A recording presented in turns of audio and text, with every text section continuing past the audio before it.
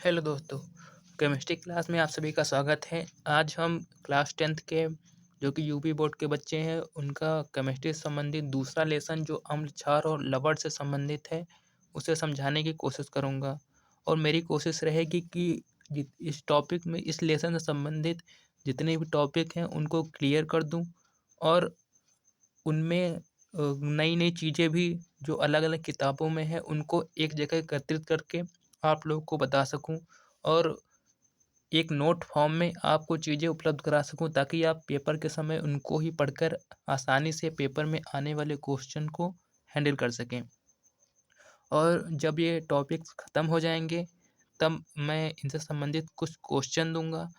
कुछ क्वेश्चन को भी रिवीजन कराने की कोशिश करूँगा, जो आपके प्रीवियस ईयर पेपर्स में आए हैं या फिर पूछे जाने की जिनकी संभावना है, मैं उनको भी यहाँ पे मेंशन कर दूँगा, ताकि आप लोग यह समझ सकें कि यूपी बोर्ड में कैसे क्वेश्चन पूछे जाते हैं और आपका अप्रोच कैसे रहेगा उन क्वेश्चन को हैंडल करने का।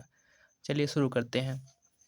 सबसे पहली बात, इस लेसन से संबंधित मैंने कुछ चीज़ें आगे पीछे कर दी हैं, ताकि क्लियरिटी बने रहे। हमें केवल क्लियर करना है टॉपिक्स को बस, और हम आगे पीछे पढ़ते हैं। इससे मुझे लगता है कोई प्रॉब्लम नहीं होनी चाहिए। चलिए शुरू करते हैं। सबसे पहली बात हमें पढ़ना है कि अम्ल क्या होते हैं। देखिए, अम्ल सामान्य जीवन में हम जानते हैं कि भाई अम्ल ऐसे पदार्थ होते हैं जो खट्टे होते हैं। जैसे कि हमने संतरा खाया या फिर कोई खट्टी चीज़ खाई, जैसे टमाटर खाया, तो उसमें हमें कुछ खट्टापन महसूस होता है। तो ये किसका सिंबल है? इसका सिंबल है कि भाई उसमें क्या है? उसमें अम्ल है। तो सामान्य भाषा में ये परिभाषा उचित है, लेकिन हम अगर विषय के स्तर पर जाएँ, तो हमें एक स्पेसिफिक परिभाषा तैयार कर लेनी चाहिए। तो मैंने वही तैयार करने की कोशिश की है। जैसे कि एक रासायनिक वैज्ञानिक हुए, रसायन विज्ञान के वैज्ञानिक, उनका नाम था जोहान्स निकोलस, और एक और वैज्ञानिक हुए जिनका नाम था मार्टिन लॉरी।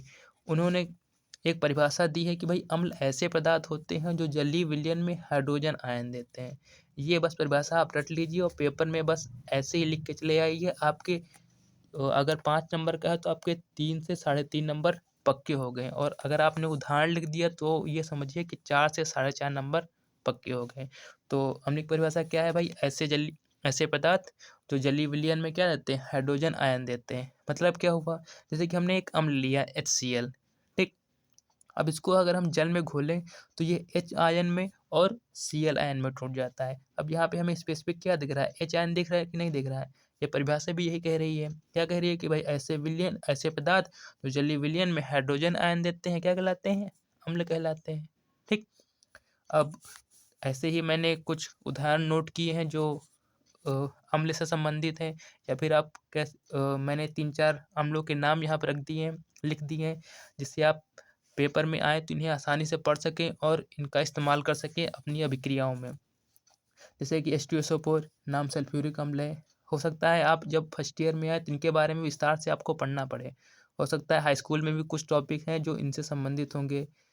हम आगे इनको देखेंगे। ऐसे ही HNO3 इसे नाइट्रिक अम्ल पढ़ा जाता है। HCl को हाइड्रोक्लोरिक अम्ल, CH3COH को एसिटिक अम्ल। अब देखिए, यहाँ पे एक शब्द आ गया सी। सी का जब हमें ज़्यादा कुछ नहीं समझना, हमें ये समझ लेना, जो ऐसे यौगिक जिसमें हमें सी दिखाई पड़ जाए, वो है आपके कार्बनिक यौगिक। तो कार्बनिक यौगिक क्या है? ऐसे यौगिक जिसमें हमें सी दिखाई पड़ जाए, कार्बन दिखाई पड़ जाए, वो होते हैं आप कार्बनिक यौगिक। तो यहाँ पे जो कार्बनिक यौगिक है दो, ये भी एक अम्ल है, लेकिन ये कैसे अम्ल है? कार्बनिक अम्ल, और जिसमें हमें सी नहीं दिख रहा है। यहाँ पे हमें Cl दिख रहा है, सी अलग होना चाहिए। तो हमें यहाँ पे सी नहीं दिख रहा है, तो इनको हम कहेंगे अकार्बनिक अम्ल, और इनको कहेंगे हम कार्बनिक अम्ल। तो हमें ये भी पता होना चाहिए, ठीक? तो ये आपके हैं अकार्बनिक अम्ल। तो हो सकता है आपसे ऐसे भी क्वेश्चन पूछ लिया जाए कि भाई कार्बनिक अम्ल क्या होता है, अकार्बनिक अम्ल क्या होता है। तो जो कार्बन के अम्ल होते हैं वो कार्बनिक अम्ल, उदाहरण आप दे सकते हैं पेपर में, और जो बिना कार्बन के अम्ल होते हैं, ठीक, वो अकार्बनिक अम्ल। ठीक। हम बात आती है कि जो अम्ल की हैं विशेषताएं क्या होती हैं। हो सकता है आपसे पेपर में 2 नंबर पूछ ले कि भाई अम्ल की विशेषताएं बताइए। तो यहाँ पे मैंने केवल 2 विशेषताएँ लिखी हैं, आगे हम और भी पढ़ेंगे जब पूरा टॉपिक अम्ल का क्लियर हो जाएगा, तो आप अपने आप विशेषताएँ निकालने के काबिल हो जाएँगे। तो अभी मैंने शुरुआत में बताया अम्ल कैसे होते हैं, स्वाद में खट्टे होते हैं और दूसरी बात होती है कि जो अम्ल होते हैं, एक लिटमस पेपर होता है। वो ये पता करने के लिए कोई चीज़ में अम्ल है या फिर क्षार है, उसका प्रयोग किया जाता है। तो जब कभी अम्ल को किसी लिटमस पेपर पर डाला जाता है तो लिटमस पेपर का रंग कैसा हो जाता है? बैंगनी हो जाता है। तो इसका मतलब क्या है कि उस वो जो पदार्थ डाला गया है वो क्या है आपका? अम्ल है। ठीक? सॉरी सॉरी मैंने बोला बैंगनी ये लाल है, ठीक? जब कभी हम लिटमस पेपर को लिटमस पेपर पे अम्ल डालते हैं तो वो कैसा हो जाता है? लाल हो जाता है और जो लिटमस पेपर होता है वो बैंगनी रंग का होता है। ठीक? तो हमें ये चीज़ याद रखनी है लिटमस पेपर के बारे में भी। और दूसरी चीज़ हमने यहाँ पे बताया कि जो अम्ल की विशेषताएँ ये कौन-सी विशेषताएँ हैं? भौतिक विशेषताएँ। भौतिक विशेषताएँ क्या मतलब है? भौतिक विशेषताएँ ऐसी विशेषताएँ होती हैं जिनको हम छूकर, देखकर या फिर थोड़े प्रयोग से ही ये जान सकें कि भाई कि ये चीज़ कैसी है, लेकिन हम उसमें डीप में उन चीज़ों को नहीं समझ सकते। भौतिक विशेषताएँ ये हैं, जैसे कि हमसे कोई ये पूछे ये पेन कैसा है? इसकी भौतिक विशेषताएँ बताओ, तो मैं कहूँगा ये पेन बाहर से बैंगनी दिख रहा है, व्हाइट है, इसके आगे लोहे की पिन लगी हुई है। इससे ज़्यादा मैं इसके बारे में कुछ नहीं बता सकता। मैं ये नहीं बता सकता कि इस प्लास्टिक में जो परमाणु हैं वो कैसे जुड़े हुए हैं, उनके बीच सिंगल बॉन्ड है, डबल बॉन्ड है, ये मैं नहीं बता सकता। तो अगर मैं सिंगल बॉन्ड, डबल बॉन्ड इस स्तर पर जाऊँ तो वो इसकी रासायनिक विशेषताएँ हो जाएँगी। लेकिन अगर मैं बाहर से ही इसके बारे में एक्सप्लेन कर दूँ, तो वो होंगी इसकी भौतिक विशेषताएँ। तो हमें ये भी चीज़ें पता होनी चाहिए भौतिक विशेषताएँ क्या होती हैं और रासायनिक विशेषताएँ क्या होती हैं। अब मैंने पढ़ा कि अम्ल की भौतिक विशेषताएँ क्या होती हैं, अब हम पढ़ेंगे अम्ल की रासायनिक विशेषताएँ क्या होती हैं।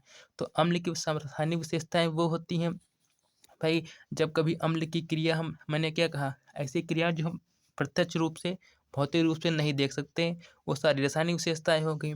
ठीक? तो रासायनिक विशेषताओं में पहली विशेषता है अम्ल की कि भाई अम्ल की क्रिया जब कभी किसी धातु से कराई जाती है। ठीक? धातु क्या होती है इनके बारे में विस्तार से पढ़ेंगे। यहाँ पर हमें बस ये समझ लेना है ऐसी ऐसे पदार्थ या ऐसे तत्व जिनके ऊपर प्लस आयन पाया जा रहा हो, ठीक? वो सभी क्या होती हैं? धातु होती हैं। व्यावहारिक जीवन में तो हम जानते हैं भाई लोहा है, ये धातु है, लोहा, सोना, चांदी, ठीक? लेकिन हमें केमिस्ट्री के लेवल पर जाना है तो भाई ऐसे पदार्थ या ऐसे तत्व जिन पर प्लस आयन पाया जा रहा हो वो क्या होती हैं? सभी धातुएँ होती हैं, ठीक? अब जब कभी हम किसी भी अम्लीय क्रिया किसी धातु से कराते हैं, जैसे हमने HCl की क्रिया किससे कराई? सोडियम से कराई। तो क्या होता है? हमें याद रखना है कि भाई एक लवण बनता है, ठीक? ये आपका लवण है। इसके बारे में भी विस्तार से आगे पढ़ेंगे और साथ में क्या होती है? हाइड्रोजन गैस निकलती है। तो हमें पहली विशेषता अम्ल की याद रखनी है कि जब कभी किसी भी अम्ल की क्रिया किसी धातु के साथ कराई जाती है, वो कोई भी धातु हो सकती है। यहाँ पे मैंने उदाहरण के लिए केवल सोडियम लिया, अब यहाँ पे मैग्नीशियम भी ले सकते थे, एल्यूमीनियम भी ले सकते थे, ठीक? तो आप कोई भी धातु ले सकते हैं, उसकी क्रिया जब किसी अम्ल के साथ कराई जाती है। यहाँ पे मैंने HCl लिया, आप इसके अलावा जो ऊपर अम्ल यहाँ पे मेंशन किए गए H2SO4 है, नाइट्रिक अम्ल है, कोई भी हम ले सकते हैं, ठीक? तो जब कभी किसी भी अम्ल की क्रिया किसी धातु से कराई जाएगी तो क्या बनेगा? लवण बनेगा, साथ में हाइड्रोजन गैस निकलती है।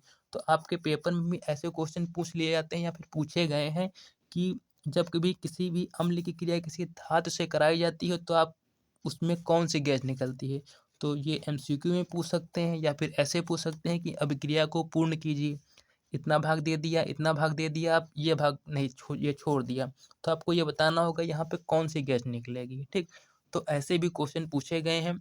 मैं आपको जब प्रीवियस ईयर सेट आएँगे, हल करेंगे, तब उसमें आपको ये ज़्यादा क्लैरिटी हो जाएगी। यहाँ पे केवल मैं थोड़ा संकेत दे के छोड़ रहा हूँ। अब दूसरी बात होती है कि भाई जो अम्ल है उनकी धातु कार्बोनेट है या धातु बाइकार्बोनेट है, उनके साथ जब हाइड्रोजन कार्बोनेट है, उनके साथ जब क्रिया कराई जाती है अम्ल की तो क्या होती है? तो हमें याद रखना है क्या होता है? कार्बन डाइऑक्साइड गैस निकलती है। ये क्या है? ये अम्ल की दूसरी विशेषता है कि जब कभी अम्ल की क्रिया किसी धातु कार्बोनेट या धातु बाइकार्बोनेट के साथ कराई जाती है, ठीक? तो क्या होता है? कार्बन डाइऑक्साइड गैस निकलती है, ठीक? तो मेन क्या है यहाँ पे? Carbon dioxide gas. अब देखो यहाँ पे हमने धातु कार्बन लिया, सोडियम कार्बोनेट लिया, ठीक? उसकी क्रिया HCl मतलब अम्ल के साथ कराई, ठीक? यहाँ पे कार्बोनेट का मतलब केवल यही कार्बोनेट नहीं, कोई भी कार्बोनेट हो सकता है। सोडियम कार्बोनेट हो सकता है, कैल्शियम कार्बोनेट हो सकता है या फिर कोई दूसरा पोटेशियम कार्बोनेट हो सकता है। मैंने केवल एक उदाहरण लिया है, ठीक? तो जब कभी धातु कार्बोनेट की क्रिया किसी अम्ल के साथ कराई, यहाँ पे मैंने HCl लिया, आप पीछे जो लिखे हैं उसमें से कोई भी अम्ल ले सकते हैं। तो क्या बना है, लवण बना है, जल बना है और कार्बन डाइऑक्साइड गैस निकली है। ठीक, तो जब कभी हम कार्बोनेट लेंगे CO3, ठीक, तो ये ध्यान रखना इधर क्या आएगा, CO2 आएगा। याद बस ये रखना है कि CO2 आएगा। ये और ये बदल सकते हैं क्योंकि यहाँ पे हमने जो यौगिक लिया है वो दूसरा ले सकते हैं, यहाँ पर जो हमने अम्ल लिया है वो दूसरा ले सकते हैं, लेकिन जो यहाँ पे गैस निकलेगी वो सेम ही रहेगी। कौन सी गैस रहेगी, कार्बन डाइऑक्साइड। ठीक, ऐसे भी यहाँ पर एक और उदाहरण अपने आप सोच सकते हैं। मान लीजिए यहाँ पे अगर C है, यहाँ पे कभी S होता, कोई SO3 होता तत्व, तो मैं ऐसे यहाँ पे केवल ऐसे ही मेंशन कर दे रहा हूँ। अगर हम सोडियम सल्फेट लेते हैं, ठीक, उसकी क्रिया HCl के साथ कराते हैं तो वहाँ पर क्या होता, तो यहाँ पर होता आपका NaCl बनता, ठीक, प्लस जल बनता, ठीक, और साथ में आपकी सल्फर डाइऑक्साइड गैस निकलती है। ठीक, वहाँ पर जब आपका CO2 था, CO3 था, तब कौन सी गैस निकली, CO2। ठीक, अब यहाँ पे SO4 है तो कौन इससे गैस निकली, SO2। ठीक, तो ये कुछ विशेष चीज़ नहीं है, आप ऐसे ही देख के समझ सकते हैं या देख कर ही याद कर सकते हैं कि भाई CO3 तो CO2, SO4 है तो फिर SO2। ठीक, ये 3 रासायनिक गुण हो गए किसके, अम्ल के। ठीक, अब चौथा रासायनिक गुण मैंने इसमें 2 विक्रियाएं साथ में मेंशन कर दी क्योंकि हमें ज़्यादा डीप में नहीं जाना है, या फिर कह सकते हैं हमें ज़्यादा नहीं, कम पढ़ के ज़्यादा काम निकालना है। ठीक, तो वही हम कर रहे हैं। अब अगली अपक्रिया ये अम्ल का गुण भी है। ठीक, और ये इस अपक्रिया को एक विशेष नाम भी दिया जाता है, इसे कहते हैं उदासीनीकरण अपक्रिया। ठीक, तो उदासीनीकरण अपक्रिया क्या होती है, ये होती है भाई कि जब अम्ल की क्रिया किसी क्षार के साथ कराई जाती है।